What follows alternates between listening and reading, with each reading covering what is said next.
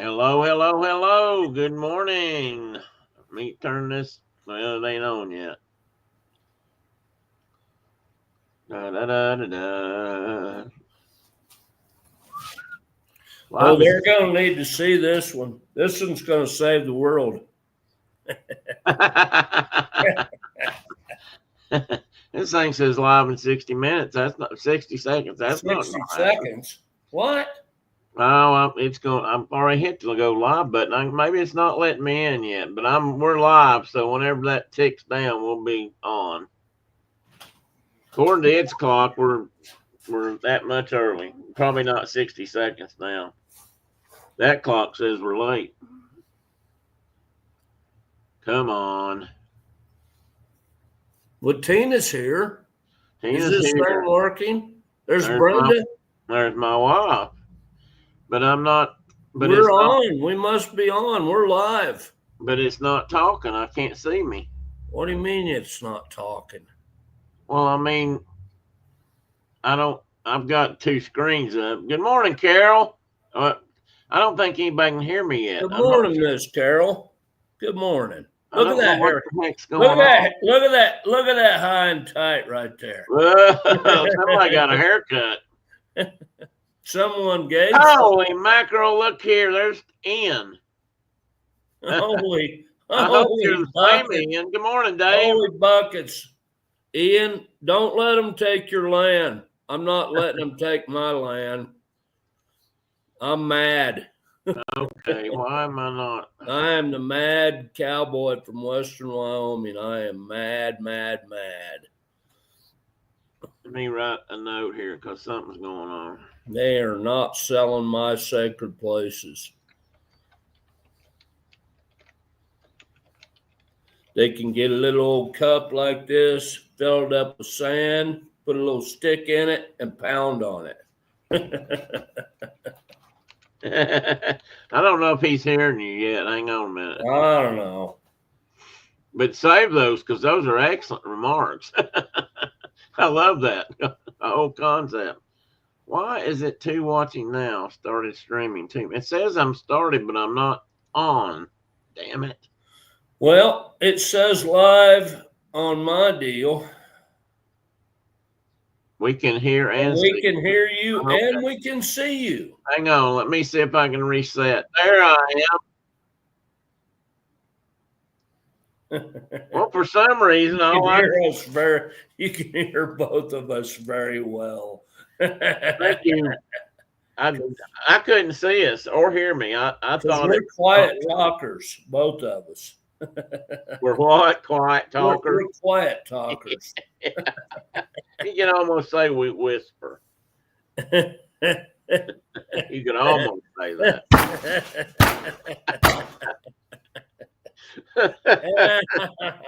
That's funny. Don't step on my lap. No, stop. You're walking on your lap. Good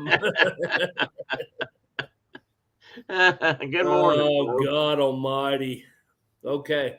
Ian, TD, Ian, B. Good. Are you? I'm assuming you're the Ian that we know and love. Whispering right into my eardrum. Exactly, Ian. Exactly. You're the right Ian. Maybe through it and to the other side, Ian.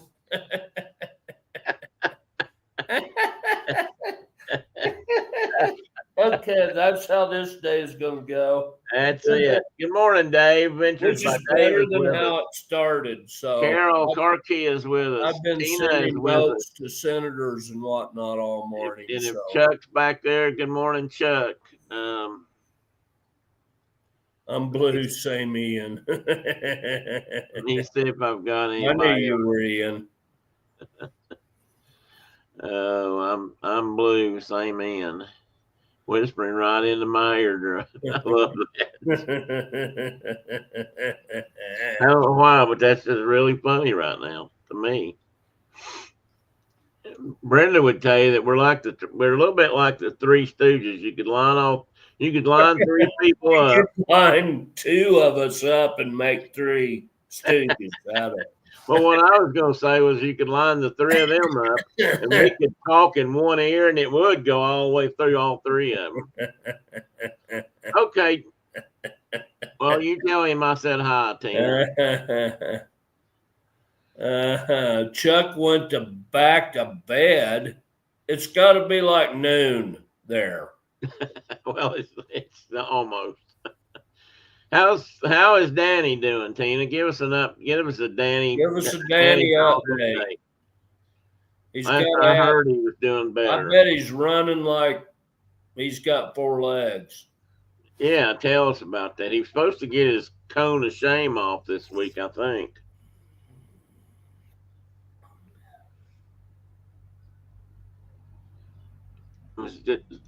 Since we're talking about dogs, I was just telling Mark that somebody I know that lives not too far away that I worked with in the Boy Scouts is trying to get me into the coy dog business, which is a coyote dog mix, in case you don't know. He went to bed at 1 a.m. That's just a bad plan. What? That's just a bad plan. Well, I didn't take them up on it. It was thrown out there, though. They were enthusiastic, I must admit. Oh, heck. Sorry, Chuck. Oh, yeah, I did. He went to bed at 1 and got up at 6. I'm drinking from a new cup. I don't know what that says. Well, it says Vienna Coffee Company is what it says. And this is. I'm drinking from a new cup too. It says Black Rifle Coffee Company. Is that seriously? Is that a new cup? No. Well, this is a new cup. I just thought I would like say what I was doing. Give them a spot. It is not a new cup. I've been drinking out of it for years now. So. Well, this is the company that's down in Maryville by where Phil lives, and they roast and grind. Why, in the name of all that is holy, would they name their coffee company Vienna? I do not know the answer to that yet. I was going to ask that when I talked to them next. I don't know. And Mama says nay nay. In the words, no. And you're no coy dogs. Mama says I'm nothing against them, but we're not equipped for dogs. What was that comedian? Golly, I miss him. He's gone now. I'm not going to think of him. I loved his work. He always said, nay, nay. I don't know. I'll have to think about that for a minute. He gets his cone off tomorrow morning. The vet said he still had a scab that needed to fall off. I can't tell, so we just figured we'd leave it on until 5 or 7 days. They said leave it on. And Mark, you might be interested. No, I don't think you know this yet. You're not going to talk to me about public lands, are you? Not yet. I'm going to save that to the end. We're going to say some stuff about we're going to wait, because that way if we're mad, it'll be at the end. George Carlin, did he say nay, nay? No, it was, golly, what was his name? I can see his face. I'm gonna go to another tab and figure out his name right now. Tina said, okay, next thing from Tina is, she said, and yes, he is pulling me from one end of the yard to the other. So he's back to being a hound then. With 3 legs. Hey, Dave, my stray grand, I don't want to say that wrong. Can't say just drop in and leave a like and say hi. You have a great weekend too. Thanks for dropping by. Good morning, Miss Diana.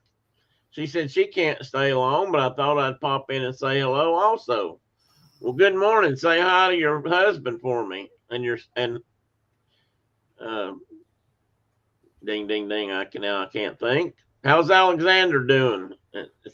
He's staying busy so far. Describe what he looks like. Brandon said, describe what he looks like. We'll figure out who he is. It's John Panay. I don't know if I know much about him. Pinette. I don't know if Panay is. It's not like J.C. Panay. No. I'm not sure. Maybe it was Panette. I think he's left us. I'll have to look him up. I don't know. He made me laugh so hard. He'd like, and I, they were trying. He was a heavy guy, and they were trying to get him to do exercise and everything, and he would like, and I'd say, nay, nay. Diana said that Alexander's good last weekend of cadets before summer break, and we're crazy busy. I bet. I missed 2 conversations. Yes, we talk over each other a lot. How we are. Deal with it, Ian. You've been here before. Yeah, suck it up, dude. Embrace the suck. Embrace the. You know how this works. You've been here before. Glad to see you back, though. I know that's been a while. That is outstanding that he's back in the room. It is outstanding. That's outstanding. It'll sure be a relief to have that cone off, since his favorite thing to do is run straight at me with that cone. He's already figured out how to turn it into a weapon. Use it against. He's weaponized the cone. He's weaponized the cone. He's used it like armor or something. And people that have never had dogs don't understand that. But that edge of that cone can cut your leg open like a blade if they hit you hard enough. I had to change the schedule, so I'm here on Saturdays again. Well, good, Ian. Good that you're here. I hope the change in scheduling was a good thing for you. I thought I saw something else. But oh my goodness. Well, we're having a beautiful day here in East Tennessee. I can honestly say I'm looking out my window here and I don't see a cloud in the sky.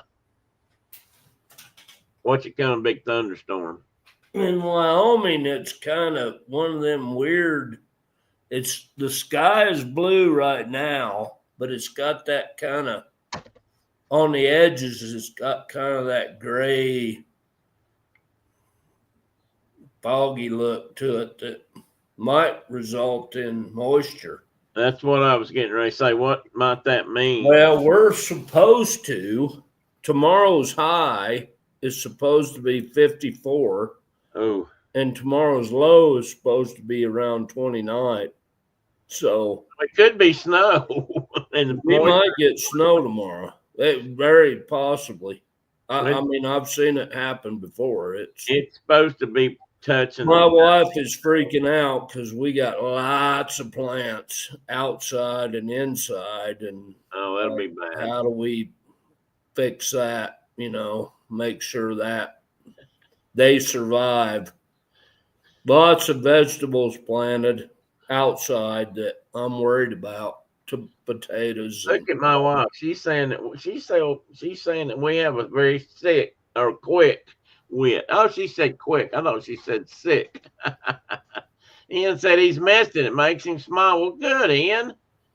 That makes me smile. That makes me smile too, Ian.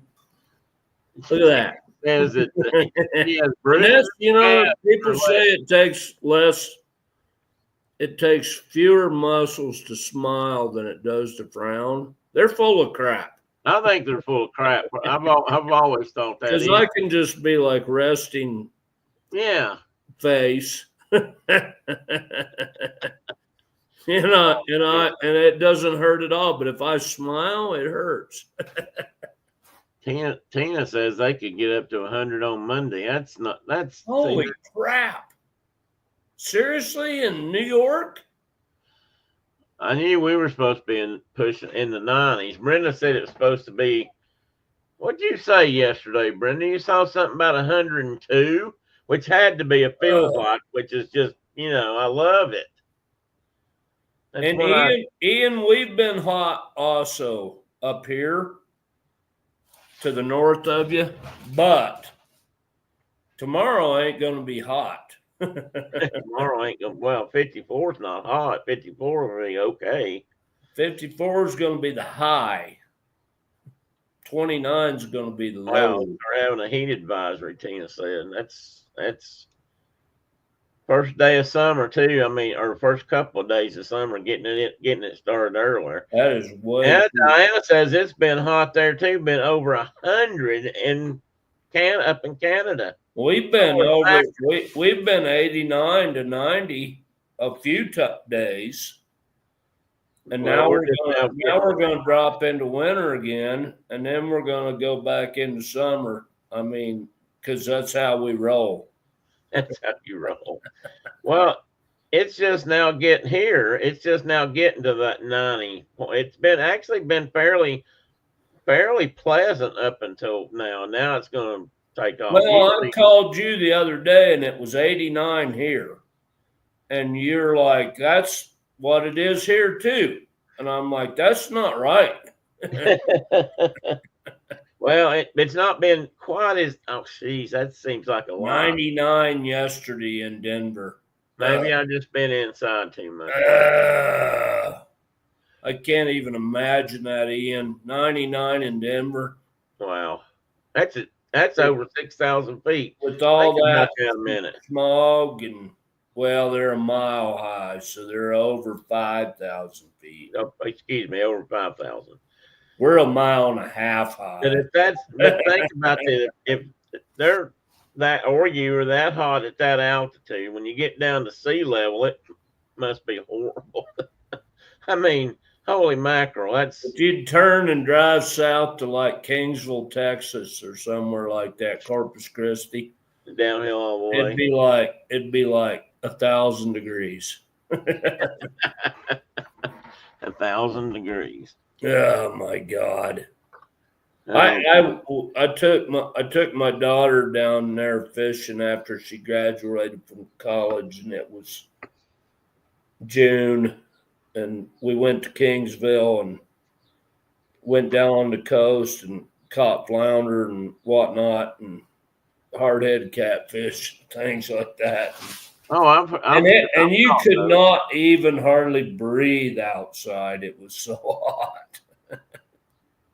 And I would leave the comfort of the place that we rented and walk outside, and my glasses would fog up. Oh, I hate when that happens. A reverse of like the winter, like when you come in from outside in the wintertime, your glasses fog up. Yeah.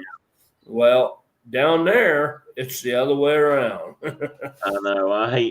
And my camera lenses used to, when I'd have them in the house and would go outside even here, but down there they'd fog over. I don't know if I know what that means, Ian. Ian's disparaging Texans. I don't know if I understand it though. As Al Saber, that scouted for George Crook against the Apaches, would say, that guy must be a Texican. He's the lowest form of white man. You're going to have to explain the 5280. I don't know if I get that. And I'm sorry, I may just be a little dense this morning. I feel like I should know what that. Brenda doesn't get it either. Oh, altitude. Okay, I got you. I know now. 5280. 5280. That's right. You even name stuff after it, like Mile High. 5280. 5280. I get it now. I wasn't thinking. The Texican that came up from sea level didn't understand what 5280 meant. Yeah. Oh, me. That's excuse me. Don't die. I've been battling I've been battling Timothy Hay for a few weeks now. I don't know what I've been battling, but And it is blooming still. It was blooming 2 weeks ago. It's still blooming. I'm tired of it. I I don't got know. a lot of it, and it's really good horse feed, and I'm thankful for it. But my lungs don't like it. Yeah, something in your lungs, your nasal passages are avert to it or whatever. Exactly. You got a book. I was just going to show you my little book. I don't know. I don't think I've discussed this in the chat. What's the name of this farm? That's Amy. That's Amy. I told you about this the other day. Oh yeah. And it says that's your people's country. Yeah. We were out. Brenda and I were out. Ball property. Or nearby. Yeah. We were out driving around, and I met this gentleman who gave me his card and has an eatery nearby called Amy, and that's pronounced the French way is Amy. Apparently, that's the gentleman who started that family here was a Huguenot who migrated here from the old country and started actually served in the Revolutionary War in North Carolina and then came over here to hide for a while because Tarleton and company wrapped him. Committed war crimes. Yeah, well, the British were after him, and he ended up coming over. He got a land grant, 1,000 acres, I think he started off with as part of his land grant. And that was over here. So he moved over here and was one of the first settlers here in this area, and actually sold land to the Rogers family, which was the Davy Crockett's heritage. And his family lived here too for a while. Which is where Rogersville come from. Where Rogersville comes from. Anyway, I met this guy, and he was telling me, we got to talking, and he said, well, hell, you're part of the family. Turns out that this group, his wife, the gentleman I talked to actually married into the family. He's not from here originally, but his wife's family, which is part of the Amy family, married. There's some Sensiballs married into that, and that's my mother's side of the family. And hey there, puppy. That would be a Springer Doodle. That's a Springer Doodle. What's that thing? And she's been. This is Maggie, and she's been this week, the last couple weeks, learning how to be a bird dog. Oh, really? With her grandpa. Good. That would be a good thing. Where's your bird? You got your bird? She's been retrieving like a son of a buck. Did you point? Almost. So I might have to steal her. She drives me crazy, but I might have to steal her. How much bigger do you think she'll get? No, she's done. She's done? She's an adult. So, but she's never had one day of like discipline or training in her life until when she comes here, she learns some stuff. Good dog. And I didn't mean to take us off the subject. She just jumped up in my lap. One. So what I was going to say was, sometime in the near future, I'm going to go over here. I may even try to broadcast live from here one morning. That'd be way cool. They do a weekly, what they call a trading post, and people show up with fresh produce and home goods and homemade stuff. It has to be the rule is it has to be grown or made. That'd be the day to do it, dude. Here in Hawkins County, actually, and pretty interesting. And this book was put together by the state of Tennessee, actually. A Middle Tennessee State professor, which is in Murfreesboro, Tennessee, was the leading author. But it's a state thing. They did it part of the Civil War heritage map thing they did a few years ago. Because I don't know if many people know this, and I'm not interested in the Civil War part as much as I am the Revolutionary War part. But Tennessee had the second most battles of any state in the Union during the Virginia, Civil War. Virginia first and Tennessee second. Virginia first and Tennessee second. Then there's nobody else even close in numbers. I mean, after that, it's just real. You get one or two battles here and there. Right. But Tennessee, because we were on the border, was very hotly contested. All the rivers and the railroad things came through Tennessee. When I was growing up, I didn't realize what a big deal it was. And it was a very divided state. He was telling me that this town, Rogersville, was actually had a north side and a south side, literally Union versus Confederate, and it was literally split. Did they paint a line? I'm not sure about that yet. Painted a line like that. If you're on this side, you're No, that's not what I'm thinking of. I'm mixing up my stories.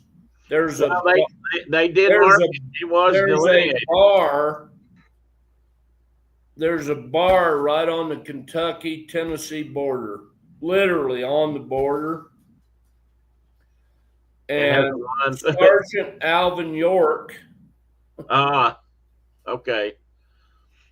So the bar had a line painted right down the middle of the bar that designated the state line. And if the Tennessee cops came up, you just went over to the Kentucky side of the bar. And they literally, and they couldn't touch it. And they couldn't touch it. And if the Kentucky cops came, you'd go to the Tennessee side of the bar.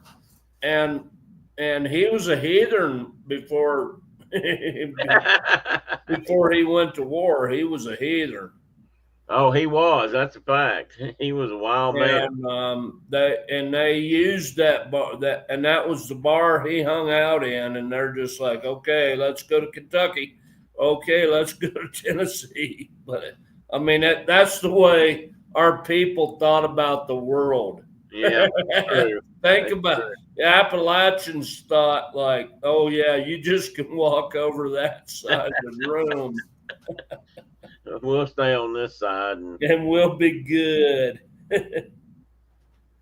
There's John. Surf Bum has joined the room. I want you, Alvin. That's a line from the movie. I want you, Alvin. Okay. That's a line right from the movie.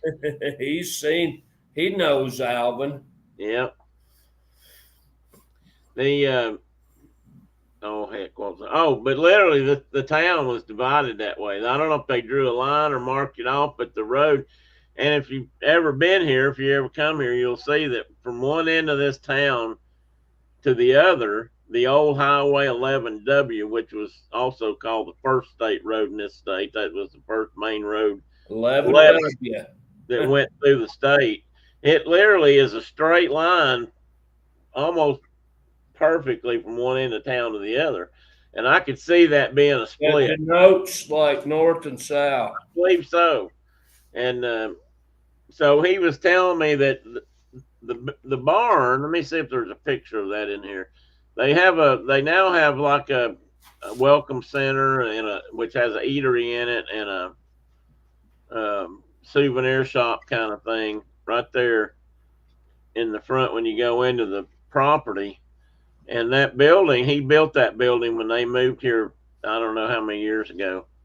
And part of that building is built from lumber from one of my ancestors' barns. They literally took it down, used it in that building. That's the coolest thing ever, dude. I think that's, and I told him, I said, you don't happen to have a piece of scrap left, do you? I said, I'd like to have that. That's, I never knew that, didn't know anything about that. I'm learning. And so there's some interesting history here. Another thing, Mark, this will ring a bell maybe. You know, the light fort that I've talked about that's in Kentucky or Pennsylvania that I'd like to go see was stone, and there was a reason for that. It was safer, if you will. They built that stone, basically a blockhouse, and that's where people came.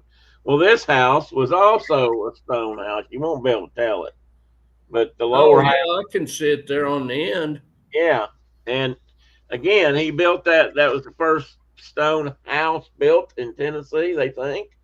But that's why it's the way it was. Also, they built Seriously, it for, the yeah. first one ever. That's what I read in here somewhere, or maybe he told me that, but I think I read it in this book. So if it's in here, and since it was done by history people out of out of the university, I tend to believe it. You hear a lot of things when you're walking Well, down. David Crockett's house was built out of logs and then replaced with another log house later on Something like that. at Yeah. the where his birthplace, and now it's gone again. Yeah, that's a good point. I was just getting ready to say they have Because rebuilt part the of it. Nola Chucky took it The Noah somewhere Church. else. And I don't know if they actually know where that house that those logs ended up at or not. It was such a disaster. Who knows? Yeah, I could see those logs going all the way down past the dam and just moving on towards Knoxville. Yeah. They may have ended up down on in Douglas Lake, literally. So I don't know what they'll do about that. I guess they'll rebuild it again with logs that they find. Don't know. Don't know what they're gonna do. Anyway, I'm going to do a show from here one day. Brenda's talking about setting up a table over there and peddling her wares, her aprons and such. And if I do, I'm going to set up and try to record it. We'll see. I'll see how it goes. But no. You're going, Nene. I say Nene. You're going to do it. You're not going to try to. I'm going to do it. You're going to do it. Another interesting. You've done remote casting before. Yes, I've seen you. The other thing about this was he said there is a house that's still standing there just up the road that was also a sensible house. And during the Civil War, that was somebody's at one time. He said the Confederates used to use that barn that's now part of that other building. Was like a barracks when they were stationed here. They slept in that barn. That was for their billet where they were at during the war or during whatever time they were here. And this was very in flux. The Union and the Southern troops were back and forth a lot. And I've been listening to Shelby Foote's Civil War history books, and which I think are fascinating. Yeah, but he was a Confederate guy. Yeah, but all his stuff is from. It's accurate. It's not just made up or an opinion. He's got the facts about it, and so I wanted to listen to it, and I'm just at a part where he was. They've talked a lot about the give and take in this part of the country because, the Confederate government at some point wanted Braxton Bragg to move up into Knoxville and come east to get the eastern part of the state under control because this part of the state was not very pro-Southern, right. Pro-Union. And at the same time, the Union was trying to get, I think it was Burnside who was sort of over this area army-wise, and they kept trying to get him to do the same thing. Apparently, he didn't ever make it either, but smaller groups did. All I have to do is load the dishwasher and then plant some plants. Woo! I guess that's what he's doing. Well, don't fall down. And for Christ's sakes. I'm gonna embarrass Whatever you're doing, don't fall over. I stepped out the library door yesterday, and lo and behold, I saw my wife going up the hill here behind the house. She had dropped her phone. And I said, this is not going to turn out well. And she tried to turn to go back down the hill, and she went down the hill, and I literally thought she was going to roll all the way into the basement. But she stopped and got up and said she was okay. But I saw that fall. It was not a hard fall, but it was a little tumble. Her gyros are not quite gyroed stabilized right now, I don't think. Well, you were talking about Shelby Foote. I think he would have got on a plantation saddle and rode with Nathan Bedford Forrest. Possible. You know, He was a Southern boy that believed in the South. Well, he's from. I mean, that's he's from where I was born, basically. Yeah, down around Memphis. Well, he tells a story. Millington country. I think he told it in Ken Burns' movie, the Civil War documentary. He tells a story about going to meet with one of Nathan Bedford Forrest's great granddaughters or something. Yeah. She let him hold Nathan's Bedford Forrest sword, and he said he got to whirl it above his head, which he said was quite an exciting thing for him to do. I thought you were going to say she gave him his hood to wear. I didn't mention that. Funny thing they did mention, though, and you may remember this. And he wasn't that guy. I mean, if you read the history of the guy, he wasn't really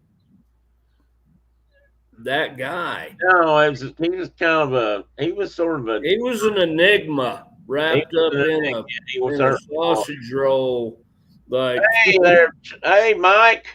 Hello, Michael. Here.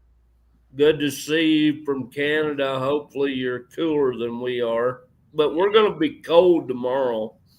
and if you're just passing in to hand out the donuts, go ahead and do that. If you got to leave, make sure you do that first.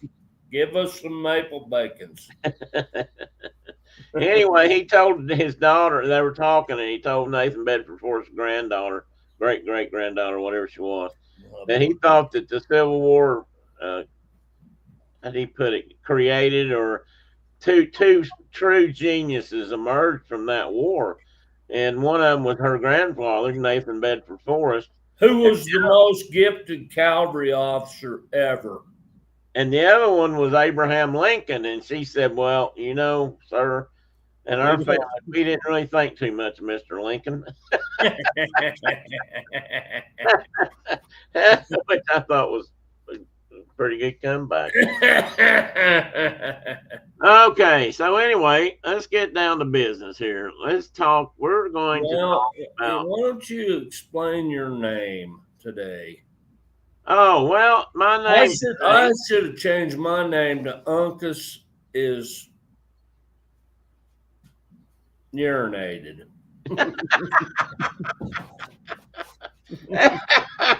Mark's trying to be more politically correct by using that word as the true word, as opposed to the slang phrase, which is more accurate, actually. You know, somebody's trying to take and sell my sacred lands.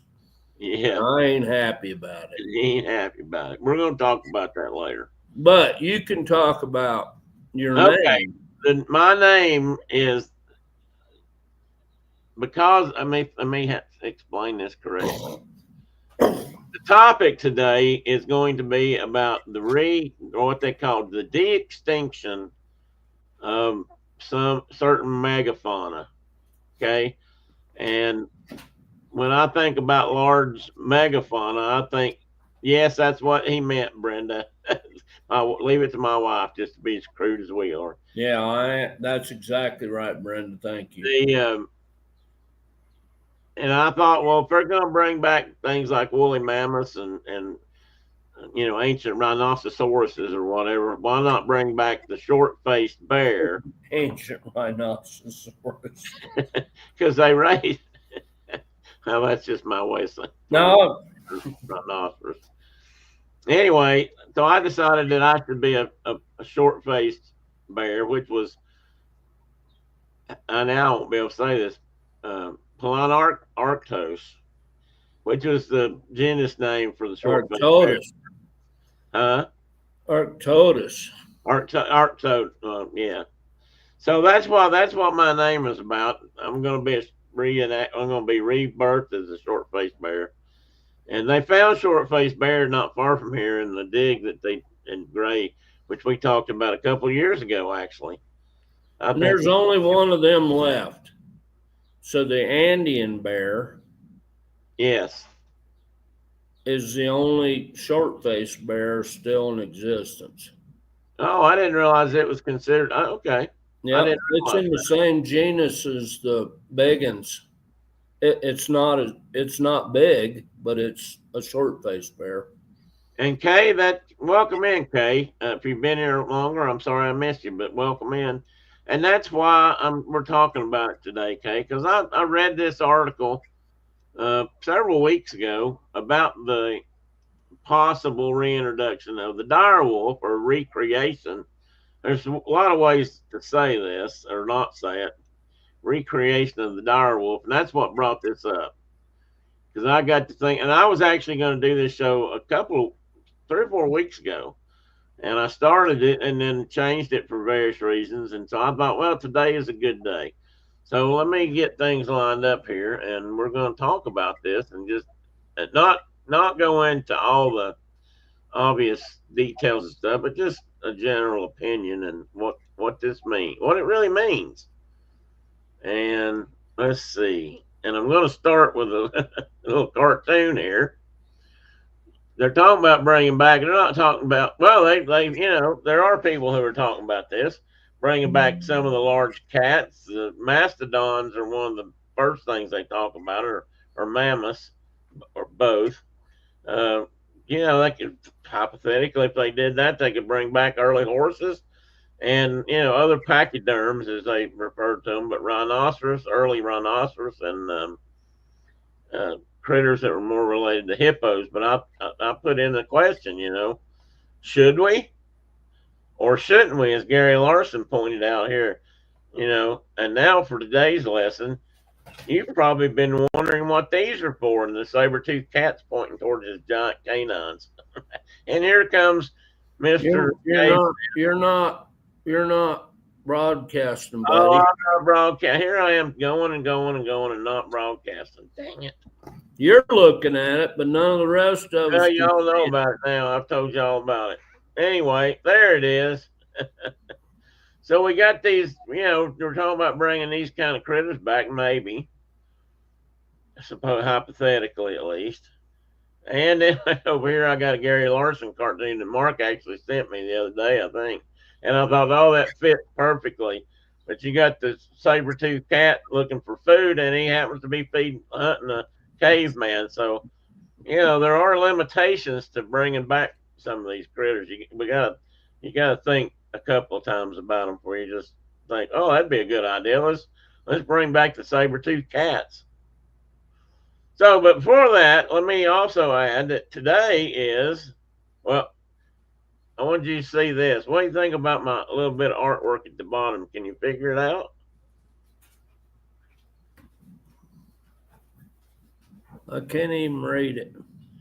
Well, I'll read it to you, but look at the figures here. We got a couple. Oh, I like those dudes. And a rabbit with 2 arrows over here. I'm all about that, but I can't read the cursive. It's too little.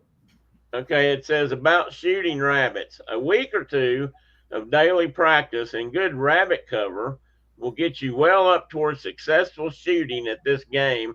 And this is a quote from Maurice Thompson, or Morris. Outstanding. They actually pronounced it Morris, but Morris Thompson, one of the gentlemen or actually the gentleman. The Witchery of Archery. The Witchery of Archery. It's witchery.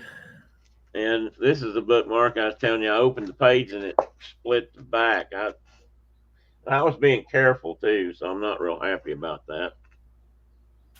Come here, little bud. Casey, I keep thinking, did we not learn anything from Jurassic Park? I'm kind of okay with some animals, but should we? That's the question, Kay. Look at that dog. And I think it's more. There's a lot more to it than just that. But are you guys able to see that? You can see that, right?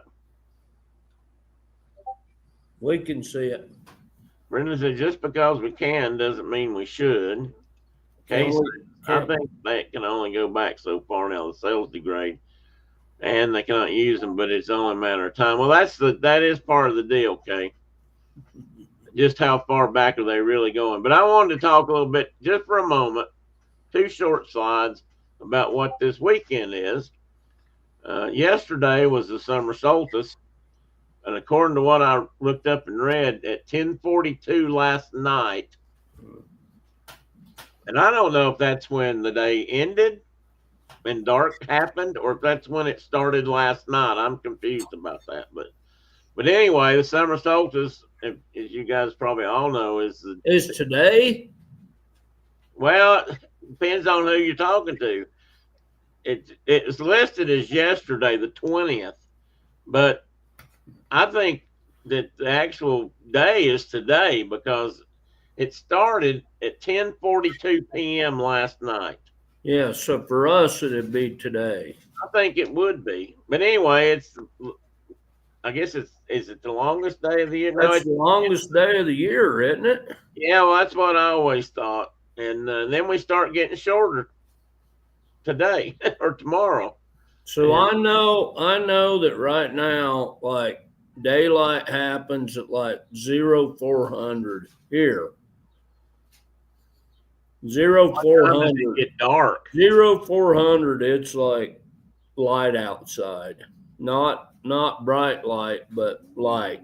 Enough to wake me up.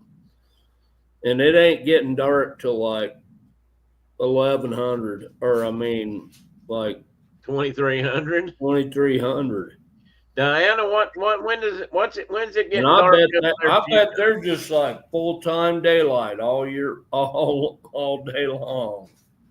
Yeah, Tina said traditionally it's today, but science is going to science, and that's the thing. I agree, Tina, because I think they're saying the 20th. Maybe it's the calendar people. Hell, who knows? But the fact that it actually starts at 10:42 tells me that today would have actually kind of been the day. But anyway, I just wanted to bring it that yesterday, today, this weekend is the weekend of the summer solstice, which for a lot of people is a big deal. Some people celebrate it. Some people go out and get naked in the woods. I mean, there's just all kinds of things. I'm not making that up. I know you're not. I'm just saying it out loud. I feel like getting naked myself right now. Ian says silly Mayans been yelling at them a lot lately.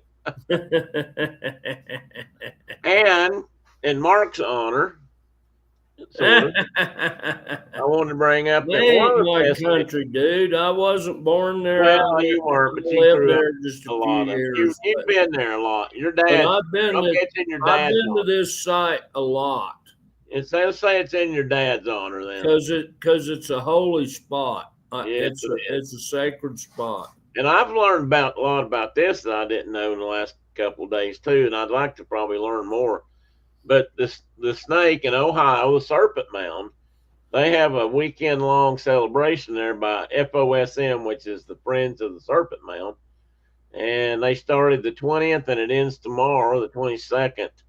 And they've got this place set up, people trading and buying. And yesterday or today, they all stood there near where that big tree is in the mound and looked west, which is where the mouth is up here. Well, you can't see me up here. And if you stand there at the right time, when the sun sets in the mouth of the serpent, which I think is cool as heck. How many generations did it take them to figure out exactly where to build that snake's mouth? That's just fascinating.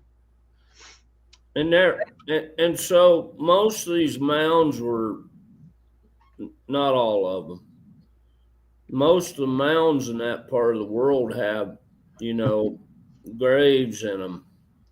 Right. And this one had one dude, and he was up in that egg they caught where the snake's eating an egg. And he must have been some pumpkin.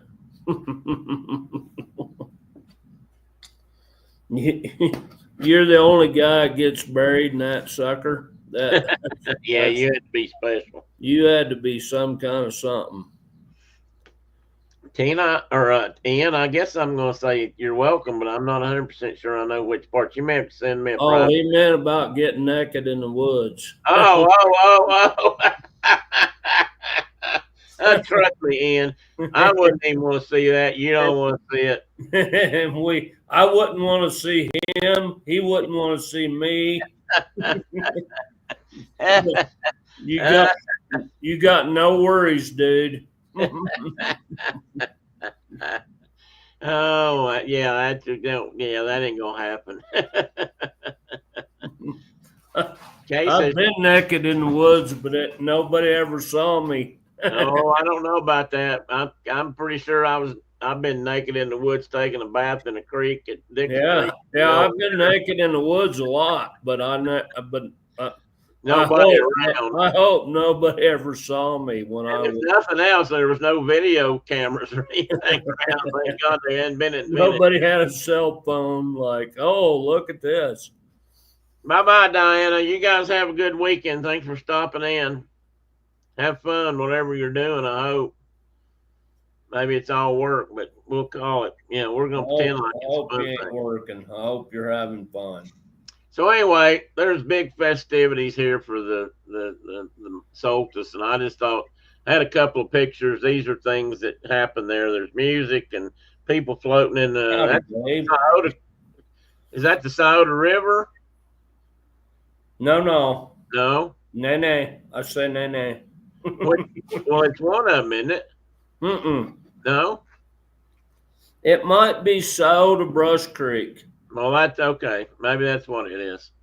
Anyway, these are the kind of things that go on there. There's native festivities. There's, people say, oh, that's cool. I just realized that piece of pottery up there's got the serpent mound on it. Now, that I would like to have. That is cool. I just now realized that. Is that an original piece or No, I'm pretty sure it's a new made piece for sale. A new made piece. Modern, at least. I don't know when, but I just now saw it and realized that whoever did a really good job of putting that on there. A fun fact. Let me back up a slide just a second. Fun fact. If you know what you're looking at, which I never did, of course, until a couple of days ago, those loops in the snake, the body of the snake, actually line up with other things like the moonrise, the sunrise at a different part of the year. I mean, those loops actually mean things astronomically. Right. Which I thought was really cool. I never knew that part at all. So if you look go back, if you look in the kind of southwest corner of that photograph, sorry, I think of the world in that way. Which is over here. If you look at the left side of the photo at the bottom, there's a tower right there. Oh yeah, there is. Is that it right there? Right there, where your cursor's at. Yeah. And you can climb that rickety old structure. Because it's getting kind of rickety now. I was just on it like 2 years ago, and it's tall. I don't know how many stories tall it is, probably 5 or 6, and you can see the whole Serpent Mound all at one time. Oh, cool! It's a pretty cool spot. I think from that on the upper side of the snake is a fault. Yes, there is. That I'm not sure geologically what happened there, but it's a big fault. I've read about it. And it's not in like fault country. I mean, it's not in a spot you would think there'd be a big old sheer rock face. Yeah, it's not active necessarily geologically, but it's there. Kind of like Tennessee. I don't know if Southern Ohio shakes very often. Tennessee actually shakes more than most people know. They don't realize it. We've had a couple of tremors this year already. But you can't go to this spot, at least if you're me, and not feel holy, not feel something sacred about it. I'm going to go see it sometime. Maybe next time I'm up there, but It's unique. Anyway, and I wanted to show it. Well, And then we got a trip planned. we got a trip plan. We do. This could be part of it. This is supposed to be. This is the best picture I could find at the moment. What this is an example of when that sun. That's the snake looking right at the sun. Yeah, and that's I think that's a pretty cool thing.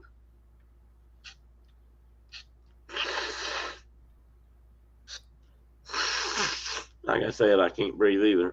We're going to your fort. We're going to my grandpa's place. Yeah. We're going to Serpent Mountain. We're going to go find trilobites in Kentucky. Yes, we are. By God, we've already made a blood pact. It's going to happen. We both. Now we're getting into it.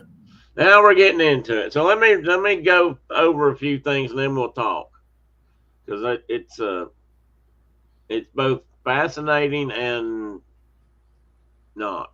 I don't know how else to say it.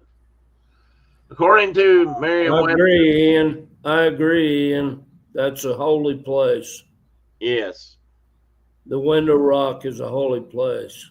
Yeah, and there's a place in Canyon de Chelly, I think, where the sun comes through what they call the dart or the arrow or something. It's another place up there where it's either summer solstice or the equinox. I can't remember, but the sun comes right through it and lands on a sacred spot. So it's pretty cool too. When you live in that part of the country, I guess it's natural to have know things about the sun and how it acts. So anyway, according to Merriam-Webster's dictionary, extinction is a noun, and you pronounce it like it says there, and the plural of it is extinctions. And they describe that as the act of making extinct or causing to be extinguished. In the early 20th century, the passenger pigeon became extinct. Or it's another way of saying it is the condition or fact of being extinct. No more. Also, the process of becoming extinct. Now, all that sounds a little silly, but I just wanted to read the definition. So, one of the things that they talk about, and we're going to go on to some bit more bigger things, but one of the things they've actually messed with already is the, I'll say this wrong too, I always get tongue-tied, Pyrenean ibex, which was from the peninsula where Spain and Portugal are, in the Pyrenees, Pyrenean ibex, Pyrenees mountains. It's called. There's a couple of different names for it there. It's the only. It is in like the World Book of Records so far of saying that it is the only animal known so far, at least, to have survived de-extinction, which means that they created one and it lived past birth, and then it died. So it both was reborn and eliminated. And became extinct again. Yeah, all in a short amount of time. So I would have to say that wasn't very successful. But they took cells from this. The last known true Pyrenean ibex was this female at the bottom here, lower left. Her name, they called her Celia. And that's the one they took the cells for that they've been doing the cloning work and trying to bring back the ibex. Now, what's unique about this animal is this is another one of those animals that was made extinct in the last 100 years or so. And it seems like they were truly overhunted. Now, you get to hear that word overhunted a lot when people talk about extinction, and rarely is it that important in the process, to be honest. But sometimes it is. And this animal was one of those things. Apparently, the horns were so highly valued that they were literally killed off. And the same things happened with the rhinoceroses in Africa. The horn was valued so much for certain cultures that they nearly wiped them all out. There's only a few left in some cases. But anyway, so they've been messing around with this, and mostly they're doing a lot of cloning. This, like I said, this animal's not been gone that long, so they've got, let's call them fresh material to work with, and they're still struggling, which makes me think that bringing back stuff from a few 100,000 or a few thousand years ago is not going to be that easy. So there's one example. Now, this is what got me started on this. This is the article, and this is the young lady that wrote it, Katie Hunt, for CNN, but she's actually, I think, with BBC. But this article came out in magazines, and it's about the scientists of a particular company have stated that they've recreated the direwolf. Now, why would you recreate a direwolf? Well, right now, I'd have to say it's mainly because of the books and the movies and TV shows, the Game of Thrones, because they apparently became popular because of that. And it just so happens that the guy that wrote this, he's an R.R. Martin, and he kind of like Tolkien, but is he a J.R.R. also? No. But he's something R.R. Yeah. Or maybe he's just R.R. What I just said his name was. Oh crap. Martin. What? Martin, yes. Martin apparently has been involved in this program and is really, I guess, into this whole idea. And he's helped finance a lot of this. I don't know. He's a biologist. Huh? I said because he's a biologist. Yeah, right. And knows some stuff. His sarcasm is dripping out of my face. Like Tina said, like I said, science is going to science. They got to be the only people who will make such an effort to kill off a species again. Yeah, I don't know if I'd even know that, but they did. I mean, it was made true. And like I said, that species has not been extinct about 100 years. I think it was after the turn of the 20th century, 19 something or 19 teens. I can't remember when it was. This last one died. That last one died. So these dogs were born on the 8th. Now they came out and said that they had resurrected, or that's another word to use for it, resurrected, or de-extincted the direwolf. But it as they talked about it more and people have questioned it more, it's really more of what they've done is they've cloned a wolf that kind of looks like a direwolf by going in there and playing around with the genome and doing what they call that CRISPR technology, where they're, I guess, cutting and mixing genes, and that's something that we're learning how to do. I don't know how smart that is either, but so they've created this new wolf, and that's the puppies, and that is that pup. That's also a pup, but he's about 6 months old or so, I think, when that picture was taken. Far as I know, these two dogs are still alive, and they're still doing fine. Wolves. But it's still questionable. Yeah, and I put this in there, and I think, let me pull it up. I think I've got if you haven't read it and you want to, I believe I have the link. Yeah, here we go. Two links I'm going to plug and play. Which none of us will be able to open. No, I'm going to put them in so you can. I think. Might take me a minute, but I'm going to do it.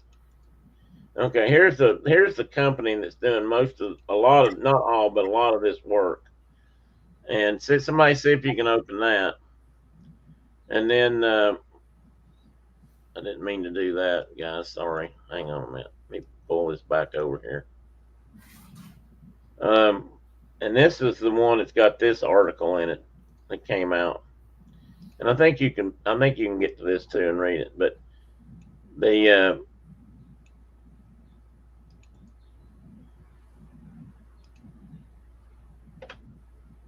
oops, wrong button. Oh, there we go. Okay, good. They worked. So these guys, they're working on this, and this wolf. They think this wolf died. The DireWolves died off lasting about 12,500 years ago, and they're saying that this might be the first successfully de-extincted animal.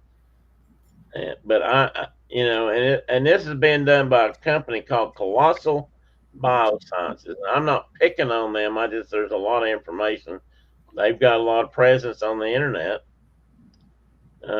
They've created 3 pups. I only got 2 picture of 2, but there's supposed to be 3, and they're using ancient, again, I guess supposedly, I don't know where they're getting it, but ancient DNA and cloning and gene editing, which is the CRISPR technology I was talking about.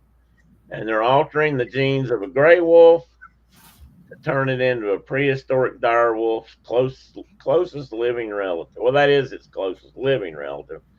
And they're turning it into this, which essentially is a hybrid species that has appearances like a dire wolf. I don't know if they're going to get as big. I don't know that they're really dire wolf, but it's got some people really excited to talk about it. So and they weren't that much bigger than what we have now. Than a timber wolf. Some people don't realize how big gray wolf. They weren't that much bigger. They were like 10% larger, maybe.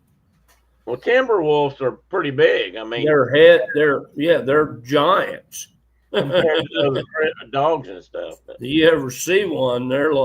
It's like, oh yeah, like I get people that. When I was working, I had people come in like, oh, I found this track that was like this big around, and I'm like, you need to start if you start talking to me when you see a track that's that big around. So Colossal Laboratories and Bioscience this is all from their website. They're talking about de-extinction is a colossal problem facing the world. And Colossal is the company that's going to fix it.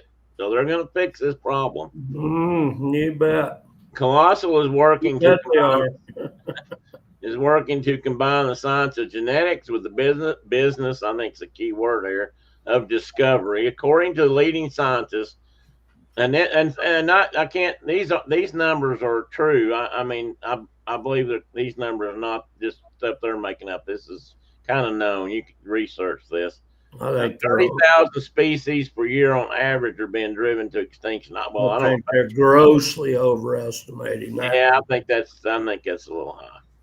And they're saying six per hour, 150 per day, and up to 55,000 per year. I think that's high. I really do. And I think they're basing that on the idea that there's a lot of things we don't really even know about yet. And I don't doubt that that's not happening, but I don't think it's at these rates. That's an opinion. I don't have all the facts, but I think that's a little high. 50% of the World Animal Foundation predicts that up to 1/2 of all species could be extinct by 2050. Don't know about that either. The UN has declared that 1 million animals and plant species are threatened with extinction. Since 1900, native species of most land habitats have fallen 20%. I'm not sure if I've said that. That may be true. A lot of things changed in the last 100 years.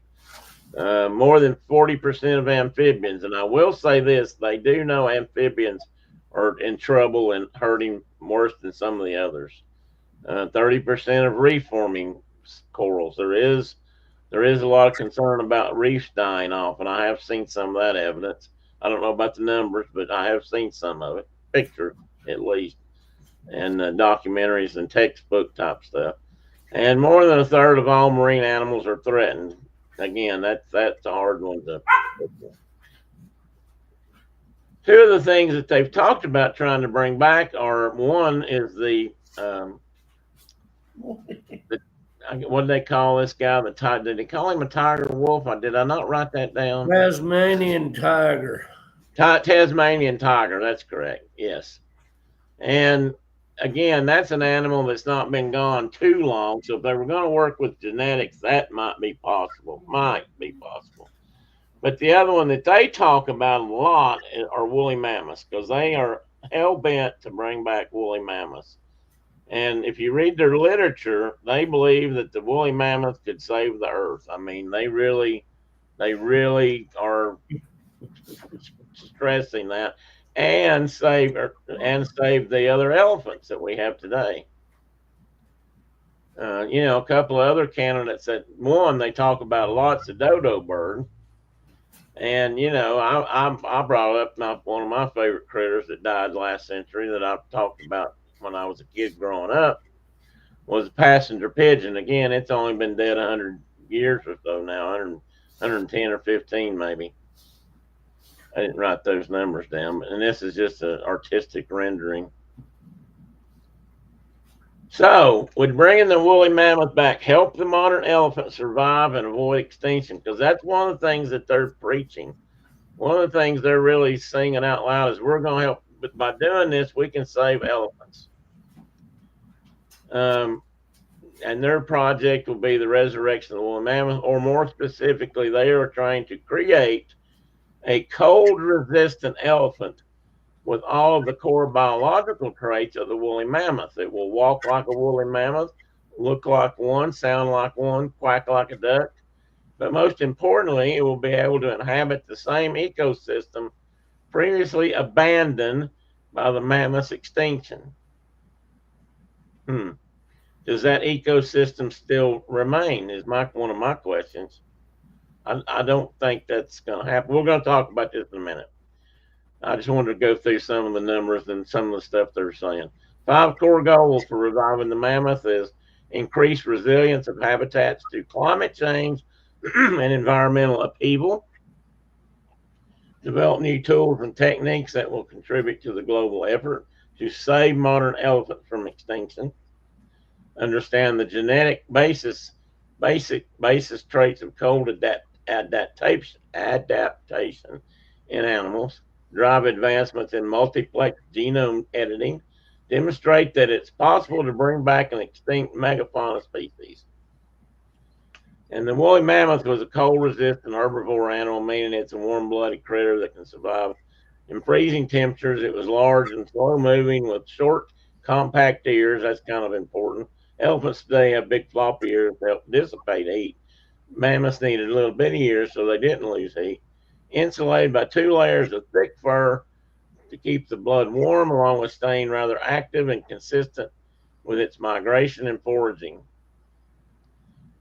Another one of the critters, got ahead of myself. One of the other critters they've talked about is the steppe bison, which is, you can see, a great big guy. Again, that's something that they think had and might have a positive impact on their ecosystem, which again, I'm not sure even exists. And they've also played around with this to prove they could do it. They believe they can put a lot of hair on an elephant, which is a mammal, so it does have hair anyway. But these are woolly mice that were actually created that are supposed to be replicas of woolly mice from the Ice Age, which I'm not sure that's even possible. So I wanted to put the end, and then I'm going to stop there for a minute, not show my next slide because it's another topic. So I'm going to close this one out for a minute, if you guys will bear with. And I'm going to, there it went. So, what do you think?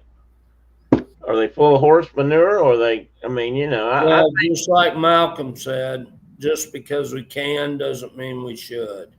Yeah. I mean, it's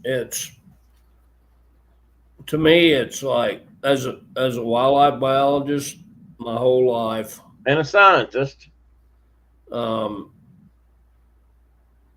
if you're not bringing it all back, it's kind of hard to bring any of it back and it work Yeah. functionally.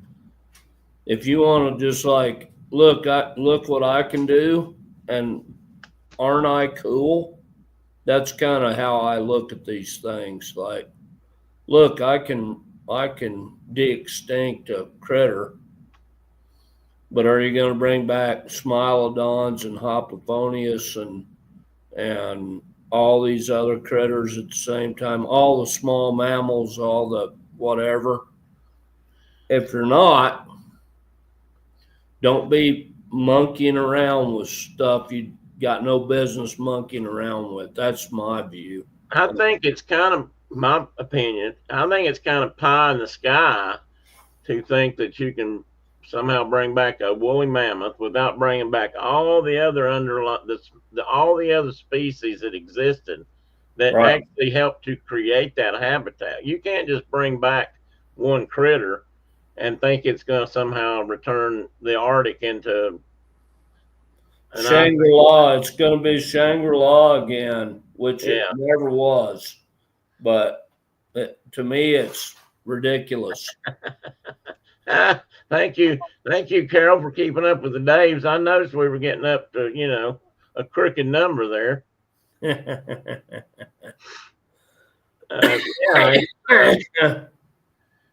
When I first read this and I first saw are the parasites still alive that fed on that animal? Are that's the a good question. I mean, no, they're not. They're gone.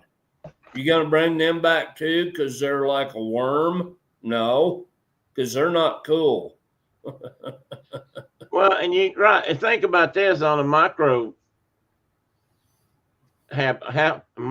critter level, and this is my part of what you were just saying, but all critters, including us, have all kinds of specialized bacteria that grows in our stomachs that helps us eat and digest food, and all animals have these different variations of that.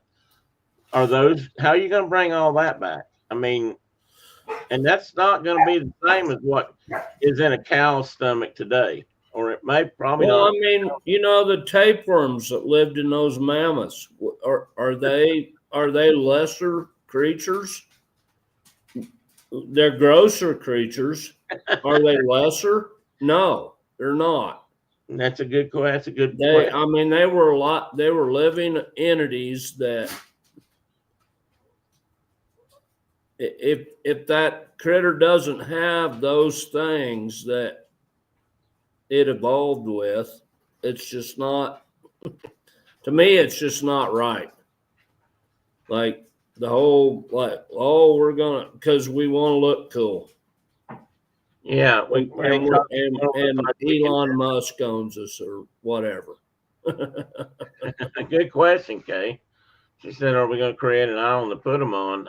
I think that's a very good question because what they're wanting to do. I mean, if you could create this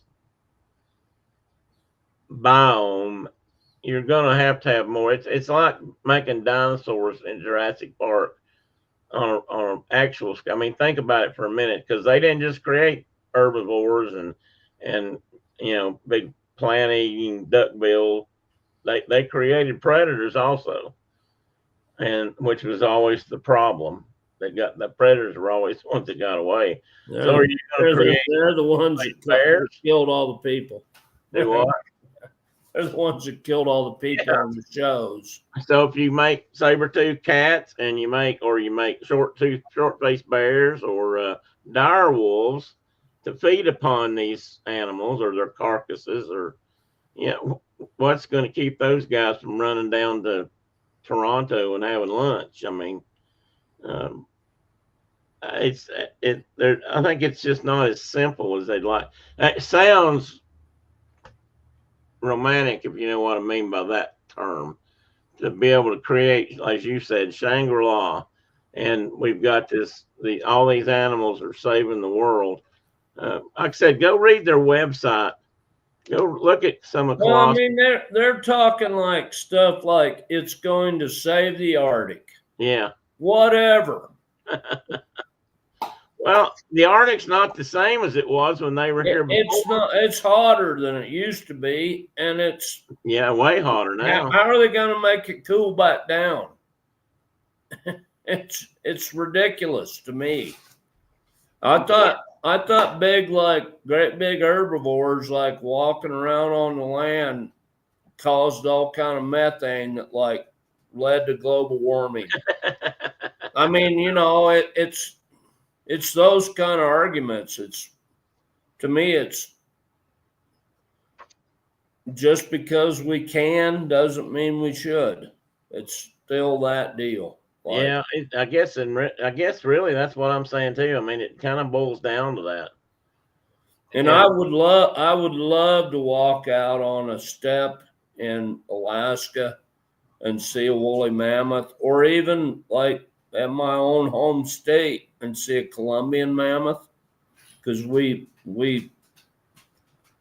had a lot of them at one point. Yeah. And they went extinct because the climate changed and stuff happened.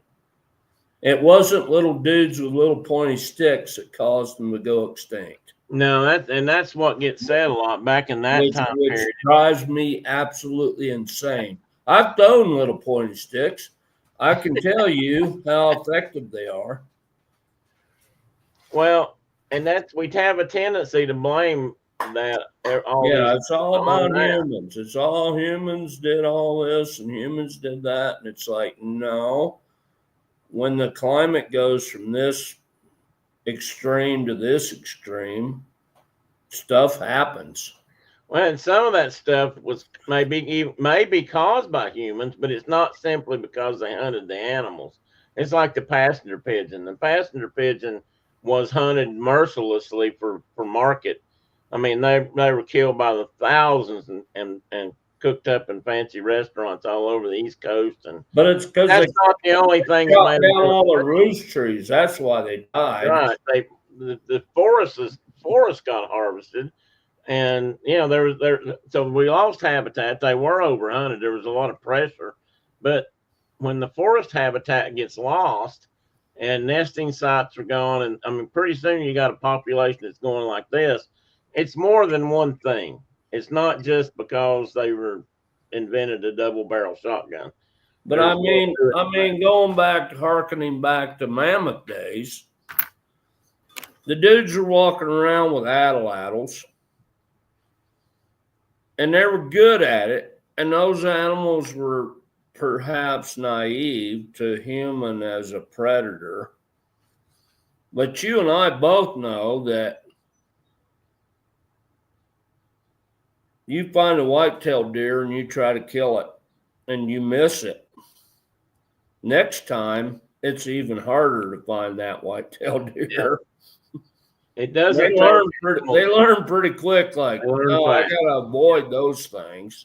So I believe if same thing, you throw a couple of atlatl sticks at some woolly mammoths, they're not going to hang around next time. They're going to learn. They're going to say, look, here comes those little hairy dudes again. They're going to like get after me. And I don't believe they were slow. I think they probably could run like an African elephant, which is pretty goddamn quick, I can tell you. Mm-hmm. And they look slow and lumbering, but when they want to move, they can. Let's try it out. And I've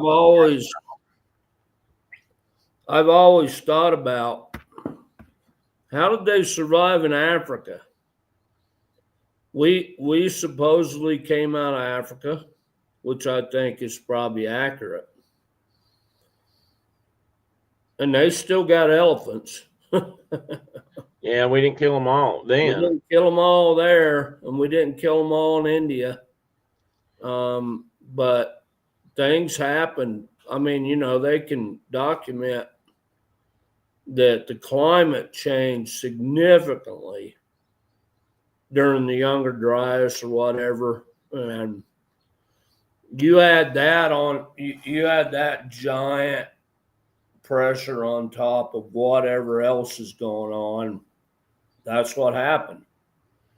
Yeah, it's a culmination of many things getting stacked on top. And we didn't kill off all the American cheetahs, and we didn't kill off all the smilodons, and we didn't kill off all the short-faced bears and all the armadillos and all that stuff, that glyptodonts that lived here.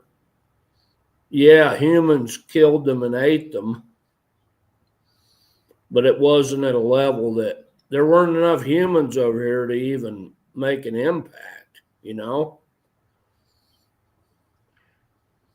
That's an easy, I think, to always blame it. Now, and I want to say something for me, and I believe this is true for you. We're not advocating that we should just go out and kill everything till it's gone. I mean, we're not that kind of people. But there's always more. We've never been that person. Huh? We've never been that person. No. And as we always used to say, we're great hunters. We just weren't always good animal getters, which wasn't always as important as the hunt anyway. Exactly. But you can't just blame it on that one factor. Right. Now, maybe the pressure from hunting sometimes needs to be more regulated if it is a species is nearing extinction. I mean, if you got 3 elephants left, if some giant major calamity has happened in the habitat or the climate, and you got 3 elephants left, and you kill one of them and 2 of them are cows, you're done. It's done. I mean, that's just... Hey, that's a good question. And the only way that I see they're looking at this is they're trying to, combine their created mastodon DNA with modern elephants. And by that, I think they're thinking they could get a broader bloodline.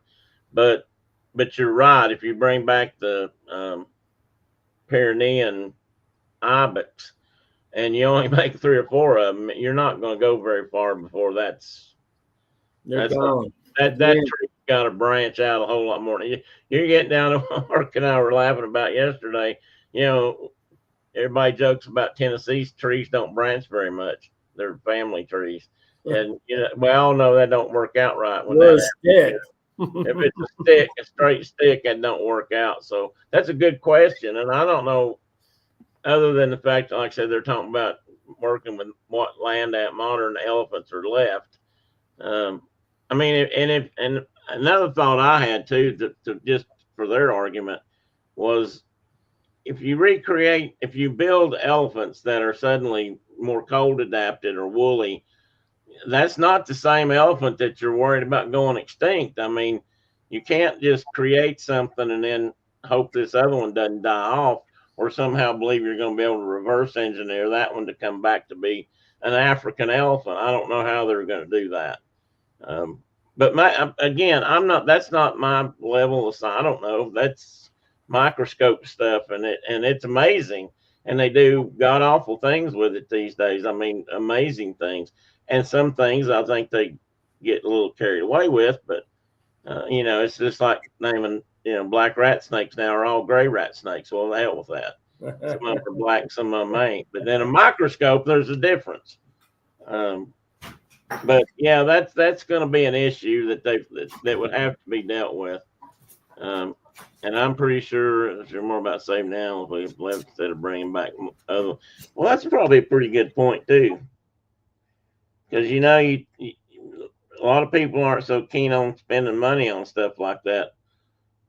They don't see that. I've heard this argued that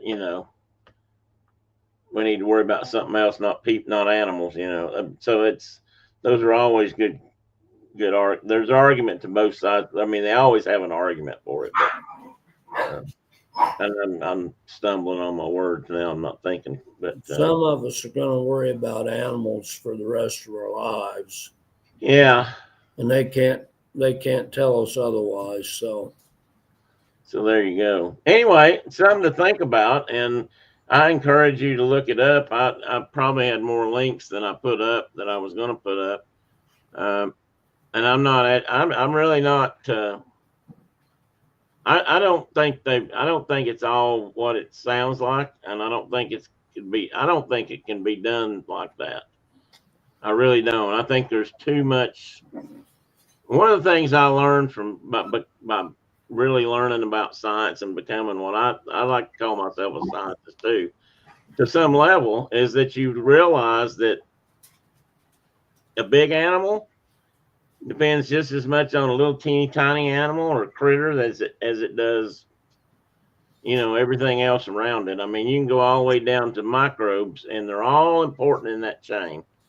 And you can't just make a great big one and expect all the others to somehow miraculously come along, because that's not how it works. I mean, gone is gone as a rule, and if you're not bringing them all back, then I don't see how you're going to bring one or two back. Well, and they don't even know what there were. Yeah, they don't. Bring back. True. I mean, again, there are gut microbes and there's parasites that fed on those animals that were part of the circle of life.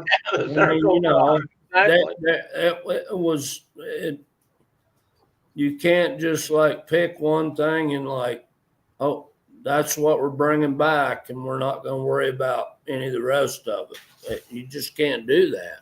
I don't think. No, when I first read I've been reading. I know you have, and I'm sure others in here have, but I've been reading or seeing things about bringing back woolly mammoths forever. Ever since they realized for the last 20 years they've been talking. We can start seeing genetic stuff and track genomes and create and it's going to save the Arctic, whatever. Yeah, but they'll trash part of it. Yeah, and the Arctic's just not what it was when those critters roamed the earth. I don't know how, and they'd like to tell you that. They'd like to say that's part of their plan. And I'm sure it is. And maybe they mean. And you're right, Kay. Great plan. What? You're right, Kay.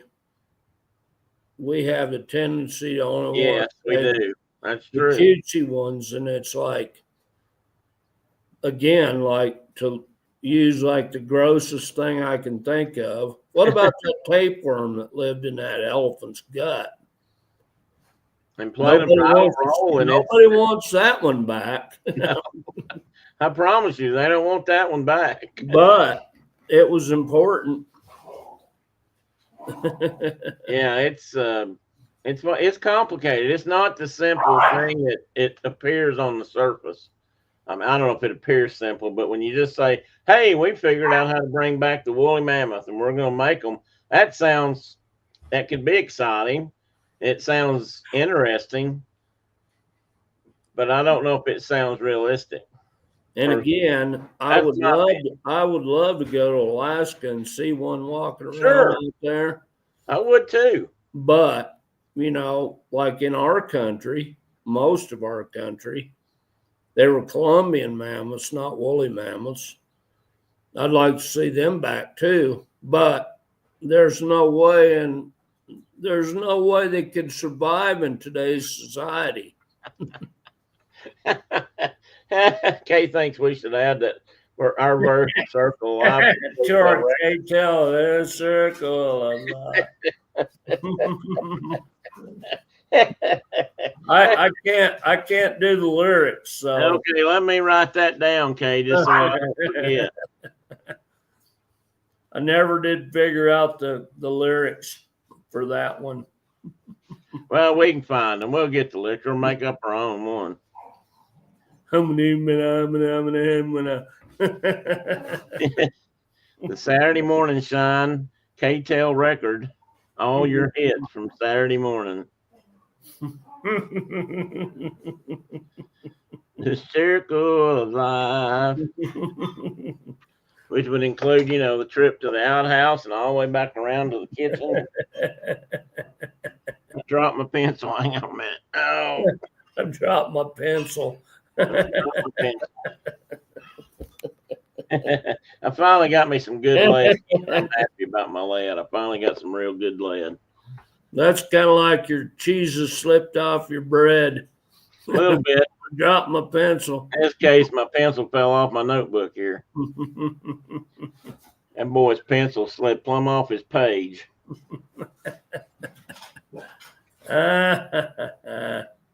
Oh me. So anyway, so now we've we're not. I didn't mean I knew that this was a topic that we don't have an answer for, but we have opinions, and that's all they are. And you know what that's like. Everybody's got one. But so let's go to the next thing that got both of us kind of fired up. And maybe you've heard about this, and maybe you haven't. Oh my God! So some people don't hear about these things. Some people don't look for I mean, they don't even want to know about them, but they just say no. They just don't see. And this is, I'm gonna bring up a screen. This screen is not the total thing. It's just an example. Oh my God! Can you see it? I'm trying to figure out where we're at. Well, this is Utah, okay. And just for I don't want to look at Utah because that's the son of a buck that started the whole. Well, that's why this was available. They had this map as an example. That's Salt Lake City right here, where my pointer is Salt Lake City. One of the least. Go ahead. How do I say this? One of the least visually stimulating places on the planet Earth. What these two maps actually are showing. Humans have caused it all. It probably was really cool before. Yeah. All the green that's showing here are national forest lands. And all this yellow or gold colored property is Bureau of Land Management.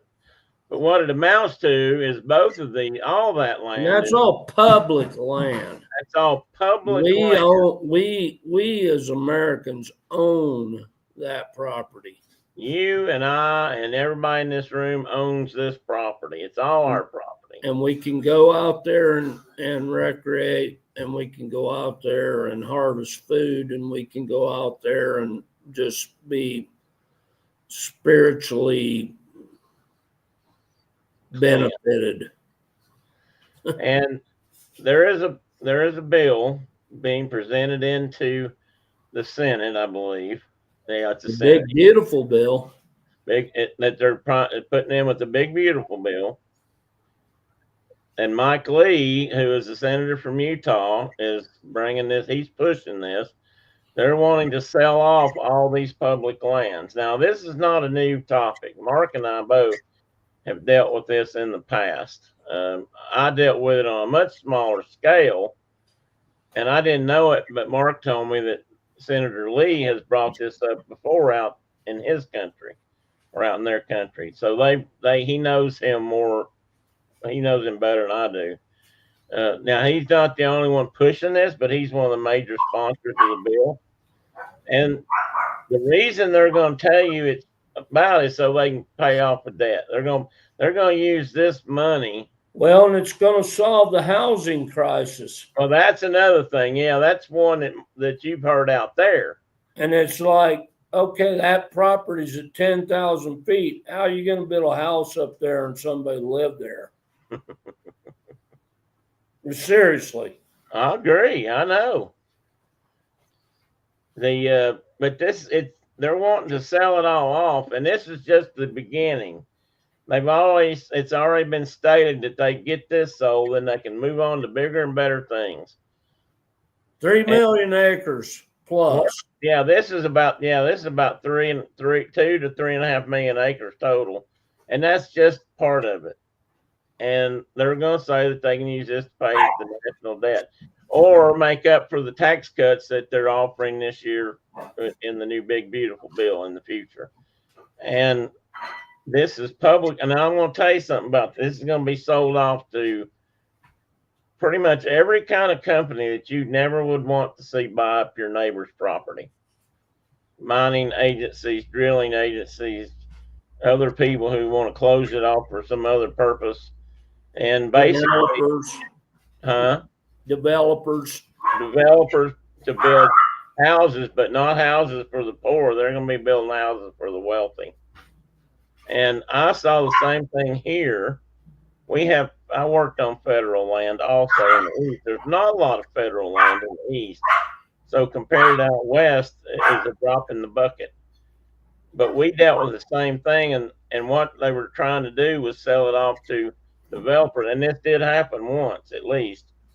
They sold the land to developers supposedly for the good of the area, and all the money went right back into multi-million dollar houses, which at the same time was the big deal because there weren't very many houses. And well, that's probably a good point, Kay, on that housing thing. Not a popular opinion, but maybe we should think more about population control. There's something to be said for that. You're right; it wouldn't be a popular decision, but well, at least talk about it a little bit more, I think. But yeah, and this is coming up, and this has got Mark making fun. Mark made 3 or 4 phone calls this morning before we got on the air. And we started his time. It's 8 o'clock out there, so he was ringing people's houses early this morning. And I encourage you to write letters to your senators. I was calling senators. Yeah, you were, and giving them a little small piece of my brain. It's like I said, for some of us, it's a really big deal. I think it should be a big deal to everybody. This is your land, people. Yeah, it's your land, and you got to realize that means you can go out there and walk on it, camp on it, not live permanently, but you can go out there and do a lot of things that you can't do in your half acre you may own in East Tennessee compared to out. I mean, it's a huge deal if you public land. You may not ever visit it, but it should stay wild. Yes, it will. Yes, it will, Carol. That's part of my concern. Now, I would say that it's a good thing that there's regulations now for mining and stuff in this country, but somebody has said all those are going to go away. And so now that that's being said, I've seen what happens when mining companies are allowed to come in areas like this, get everything they want out of it, and then leave. But they ain't the ones I'm worried about. It's development. Well, yeah, development is ultimately what I worry about too. Because that's a permanent impact. But I got neighbors that rely upon these lands to make their living, literally. And when those lands go from the public domain to private hands, they ain't going to be running cows out there anymore. They're not going to be running sheep out there anymore. To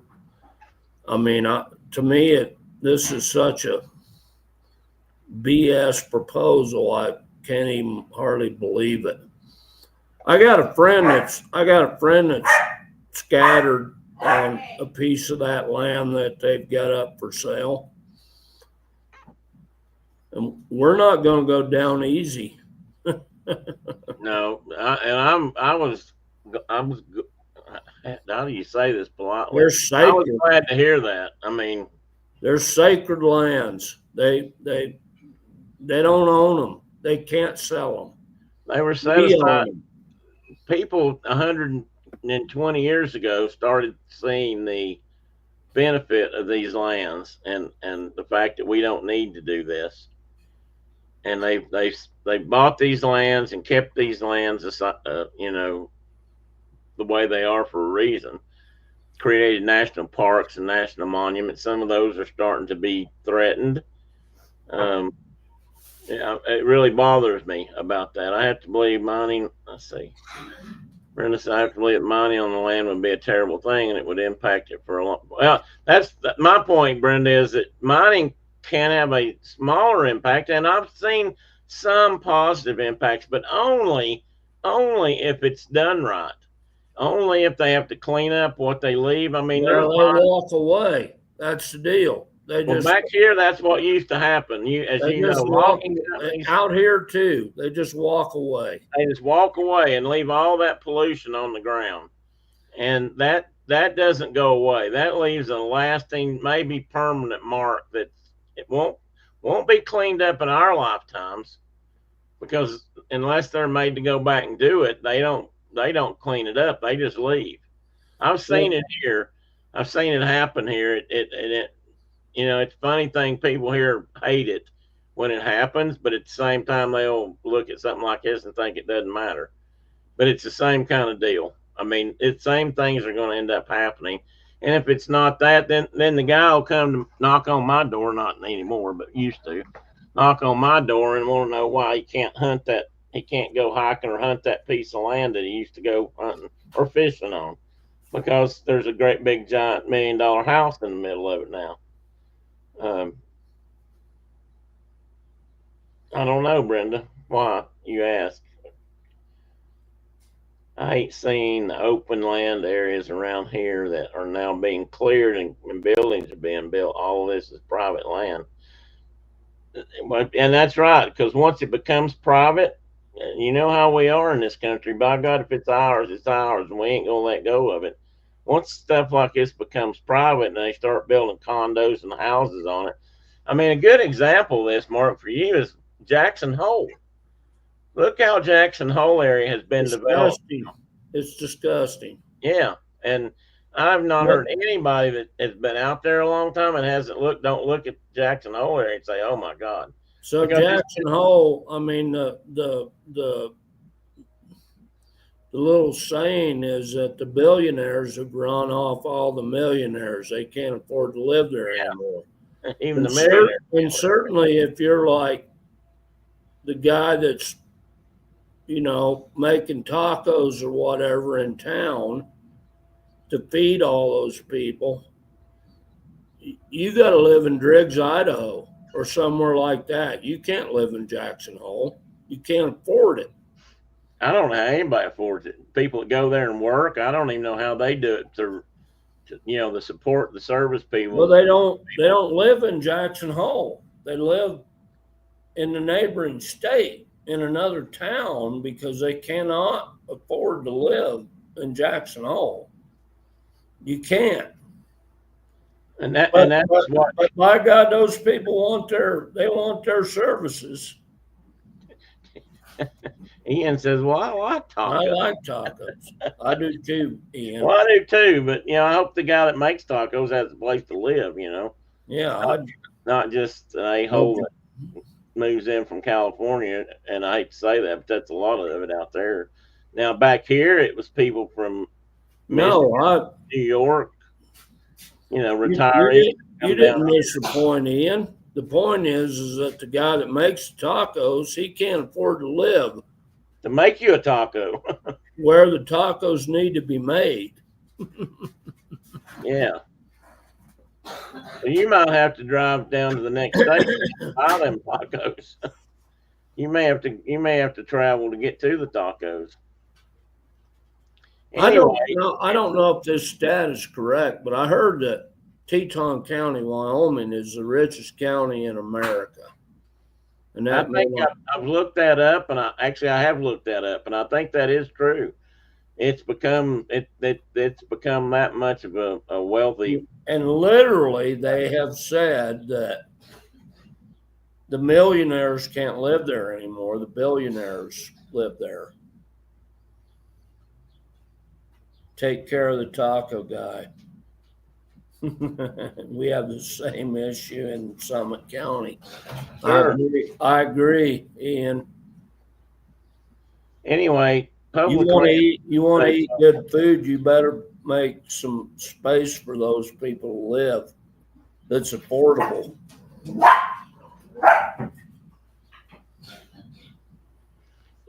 People look at some of this land, they say, "Oh man, that's a lot of land. We could be doing something with that." Well, if you look around, there's still a fair bit of open land where people can do that sort of thing. They don't always have to buy up the last most pristine piece that used to be. Well, I've been talking to my buddies about this. Everybody's like all up in arms about the proposed sale of all this like high mountain country. And I'm like, and why do you love those lands? And well, hunting's good. We get to see a lot of elk. We get to see a lot of deer. And I'm like, you better be worried about all those BLM lands down in the flats in the Sagebrush Sea where all those animals winter.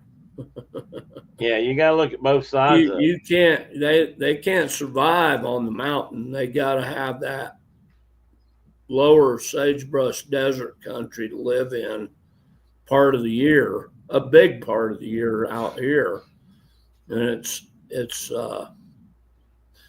just infuriating that some of a buck from the neighboring state that we don't really like has proposed this bill. The big, beautiful one.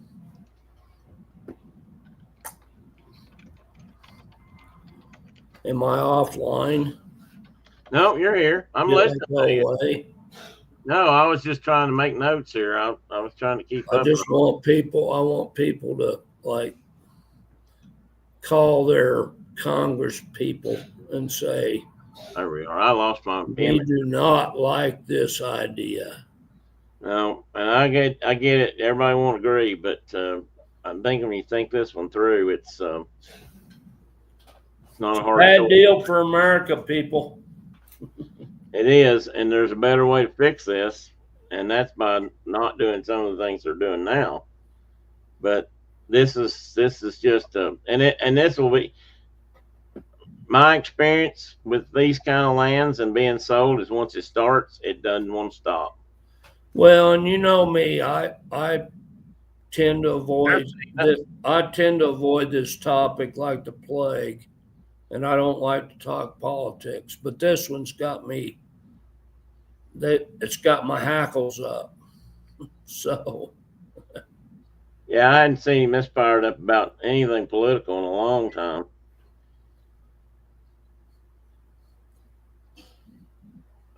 Well, that's a good point. Brenda's lived with me a long time. See, she knows how I act. Well, this has been, like I said, people don't realize there's still public lands in the East. And when there are, and when they're threatened, it's a really big deal because we don't have as much as you guys do in that regard. And, people got pretty worked up about it back here but they had to fight hard to save it. It wasn't easy. There were people here that were trying their best to get rid of everything we had. And well, my mantra's been not 1 square inch. You can't sell 1 square inch. I don't disagree. I agree. But we come from that. That's my son. He's like, we live in Wyoming. We suffer 9 months out of the year, literally. And the reason we suffer is because of those lands and the fact that we have access to them. And if we don't have them, where do we go?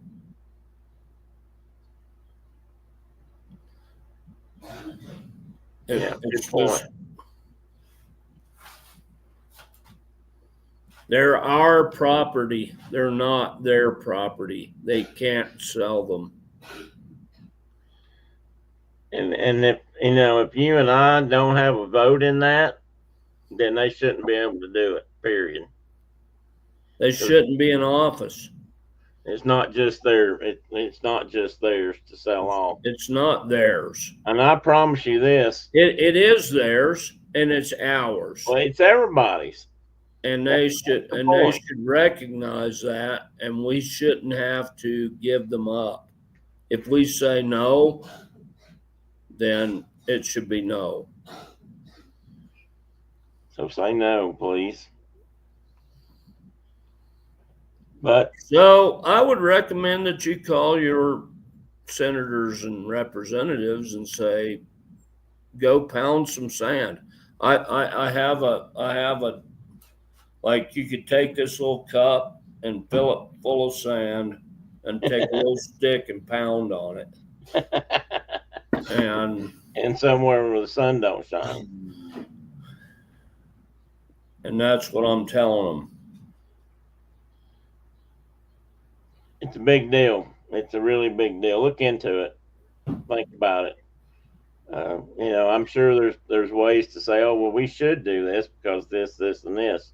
And the grounds that they've got mapped in Wyoming are like, I'm like, how's anybody going to live there? Ever. Humans have never lived there. It's too high. But you want to sell it off? Yeah. Well, that was the first time you said Mike Lee came up with a plan like this. That was his point, was selling it. It's somehow going to have to do with housing. His was in Utah. Yeah, right. Originally, he had a plan several years back where they were going to sell it all. They were going to claim all the federal lands in Utah and make it state land and then sell it off. And it's like, how are you going to build a house in that spot? I mean, even a summer cabin. And how's that going to solve your housing crisis? Which I think is hogwash, but. Yeah, Brenda's got a good point. She said it's like, the guy in Montana might be talking about selling it, but he don't want it in his backyard, which is. So Zinke said, no, you're not doing it here. And they're like, okay, well, let me get your name off my list then, Uh-huh. And so I want Wyoming to do the same thing, like, not here.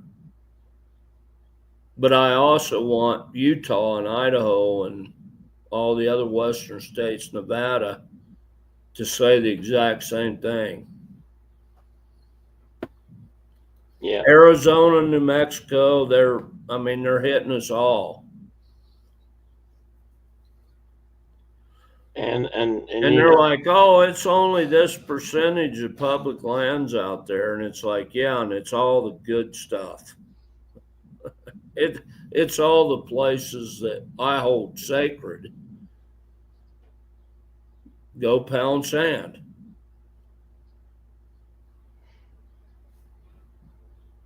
I think you're right on there. YouTube's going to ban us now, dude. Well, they'll just have to ban us. YouTube's going to ban us. They'll just have to do it because this is one I can't not speak about. I mean, it's just too important to me. And I think it's important to a lot of people if they know about it. I'm worried that a lot of people won't pay much attention to it because they think it doesn't affect me. That's not going to affect me.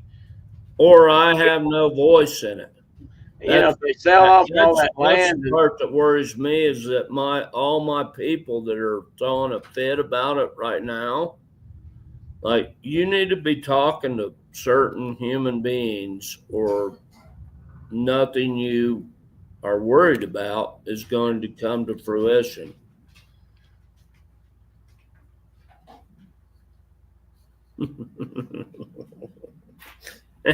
Free speech, Brent, that's true. Yeah, we got kicked off for Looney Tunes. We got kicked off because of Looney Tunes, Jiminy Criminy. Anyway, I suggest people look into this, and if in doubt, read a little bit more.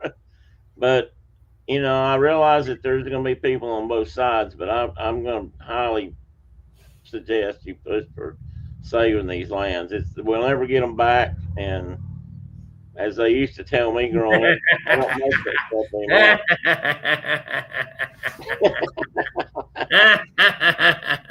We'll have to get some kind of permission for that, Carol. We'll have to pay royalties to Disney. I don't know the lyrics though, Carol. I can't. I can't sing it correctly, so maybe they'll never ban us for that one.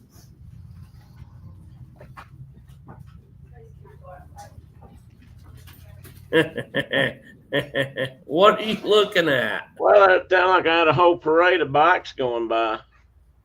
Oh. I was getting excited there for a minute. I thought you saw a cool bird or something. Carol said I don't have that kind of permission slip.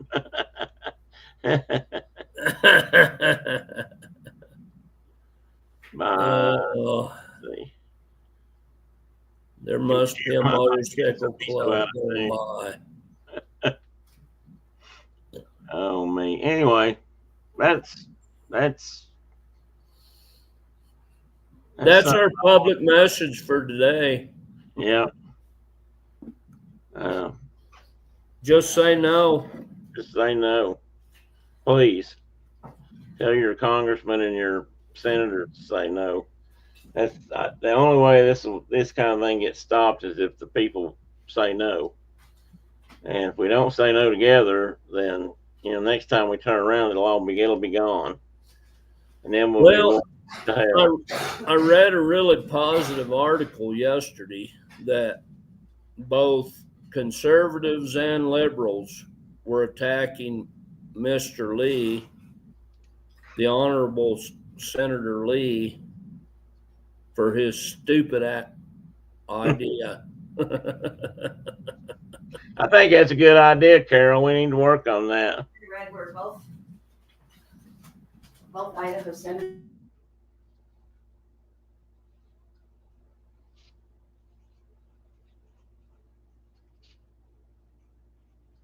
I'm making a note.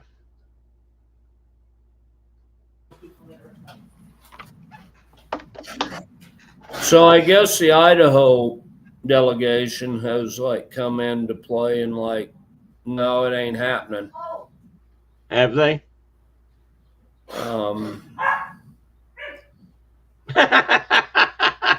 I've yet to actually get to talk to my senators. Thank you, Carol. She said I can sing backup, but I have to watch my language. You're right. I'll have to make sure. I'll have to make sure I'm reading the words, or I'll make them up, and then they won't be good. We're gonna say I'll use my version of what I think it ought to say, and that'll get me banned for sure. They won't sell our K-Tel won't sell our record. K-Tel won't sell that record. They'll put big old, it'll have some kind of adult only restriction or something. We'll be done. Our musical careers will be over before they even get started. I assume you can hear a mallard. I hear that. My bride's phone. I love her ringtone. Oh, mercy. I wish I could figure out how to do that to my phone. But then we wouldn't know who's. Maybe I could use a pintail or something. That'd be good. My daughter just said, "Look, there's a hummingbird." Oh, there is a hummingbird. Okay. They finally showed back up. This is the first hummingbird of the season. Oh, beautiful! It's a little Rufus out there, cool. hitting the bird feeder. Cool. Maybe it's a good day. Maybe it'll be a good day. Maybe that's a good sign. Yeah. Maybe that's a very good sign. Maybe if you updated your phone, Mark. Maybe you could get a new phone with a bar. Maybe you're lucky I don't have a flip phone. Oh, that's probably true. My message used to say, if I didn't drop this damn thing in the sagebrush, I'll call you back. And I lost like 5 horseback in the sagebrush. And, Yeah, they used to get dropped in the lake. We had a tendency to drop them in the water when we were out on a boat. But when they're like 7 miles from your house in the sagebrush, You don't hear it ring. It's just as good as being in a lake. You don't hear it ring. What was that? My boss used to get so mad at me. He's like, "Why don't you like get some better kind of holster for your phone so that I don't have to worry about you?" I know what I was thinking. It was like, if a tree falls in the forest and nobody's there to hear it. So if your phone rings in the middle of sagebrush, doesn't matter. Does it make a sound? Oh, I tell you what, there's been days when I wish I didn't have one either. Holy buckets, do I have a dog brouhaha going on? You got a dog fight? No, they're not fighting. They're just trying. I'm not sure what the deal is. Maybe you have company. Hopefully not. For crying out loud, please God, no company. We don't ever have company, so it's not a problem around here. It's just like, for crying out loud, like, how many people can show up at a spot out in the middle of nowhere and like, I get so tired. It's just like, I'm tired of it. Won't you folks all go away? You've had those dogs for a couple of weeks now. When are they supposed to come back and get them? Hopefully tomorrow. They're supposed to land in Salt Lake City tomorrow. Ah. Holy buckets. I'm not They're sure. upset about something. There must be somebody here. Maybe. Anyway, they're supposed to be back tomorrow, land at noon, and then 2 extra dogs, just 2 when you have 6 is a big deal. It's a big deal, yeah. That's a high percentage when you only got 6, or when you've got 6. Yeah, 2 more makes a lot of, especially when one of them at least is a pup. Oh my God, we got company. Who's here? Who's here to see us? My youngest son-in-law's parents. Your youngest son-in-law's parents. And no, it's not them either. There you go. Sorry about that. So sorry. My wife just bought a new car. Hey, this isn't even your house. Yeah. A Jeep that's probably bigger than she needs to drive. Oh yeah, she was looking for something to haul all the grandkids in. Let's go out to the and we have them here now. Maybe it's a test run. So that's who we're. Hey, dogs. That's who we're dealing with. Well, maybe they're going to see if they all fit. I may have to go like knock a dog in the head. Yeah, well, if you need to go, it's noon. We can cut you loose. I don't know what we're getting into. Is he the fly fishing guy? It's Peter. See, he's wondering if it's Peter. No, it's not Pedro. And he's not and Pedro is not the fly fishing guy. You know what she means.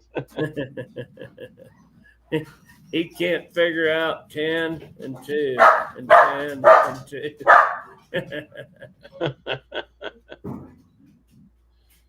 Oh, me. Yeah, brother, I probably need to shut down. It's got 3 racks of seats, so it can hold all the grandbabies. Or how many they say it holds. Huh? At least it's probably seat for 7 or 8. With I think you could put a platoon in this vehicle. oh me, couldn't get them all. Did she keep the Subaru? Yeah, we kept it too. Well, you probably need it to get around when the weather's bad. It's Well, I don't know. You said it's a Jeep. Is it 4-wheel drive? yeah. Oh, okay. Well, it can probably go well She also. just needs to know how to remember to turn it on when it's bad. Yeah, because on the Subaru, she probably didn't have. Oh, to do that. her son is way upset Oh, with the purchase because he doesn't think his mother can remember to turn the 4-wheel drive on. And I'm like, it's not got lockout hubs and everything like the old ones. right. It's all she's got to do is reach over and push a button or turn a little knob. And she'll be fine. She'll be fine. She'll be fine. I think I hear somebody driving their lawnmower. Brenda asked what color the new Jeep was. It's black. Black. Do you know what model it is? Huh? Do you know what model it is? I don't. She signed her life away yesterday while I was busy doing other stuff, and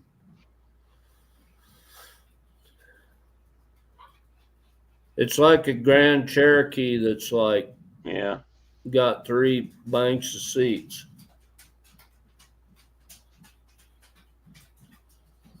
It'll hold like a whole cluster of booster seats, and they'll be in there permanently, and you'll never get in it. I'll never be able to get in it, which is fine. I have a pickup truck, and we have a Subi-Doo that we can. Subi-Doo. That's probably the most reliable vehicle we have. Yeah. I saw one of those things right here for sale that had a lot of miles on it. And I think doesn't matter, dude. No, I wasn't saying that. I mean, for sale. And I think and I thought, man, I ought to get. Well, that'd be good to have. We could, I could fix it up and use it, and it'd be good forever. Well, you remember that little blue one I had? I think they last for flipping ever. Do you remember the little blue one I had a long time ago in Nashville? Yeah. I used to take the wife's car and plow the driveway with it. Yeah, there you go. Just pushing snow with the front of the car, not with a plow, but just so that I could get my 3/4 ton pickup truck out the driveway. Hey, good morning, Julie. Good afternoon, actually, now. Welcome in. Well, buddy, I'm going to let you go. I think we're going to shut down for the day. All right, my brother. Well, like I said, set our peace. Save public lands. Save public lands. Anyway, guys. Call them. Tell them that they're dumb. Yeah. Everybody take care. Have a great weekend, I hope. If you're doing anything solstice-y, like naked in the woods, just be sure you don't get caught with things. And, have a good time while you're at it. Anyway, see you guys real soon. Bye, buddy. Talk to you later. Later. All right. Bye, everybody.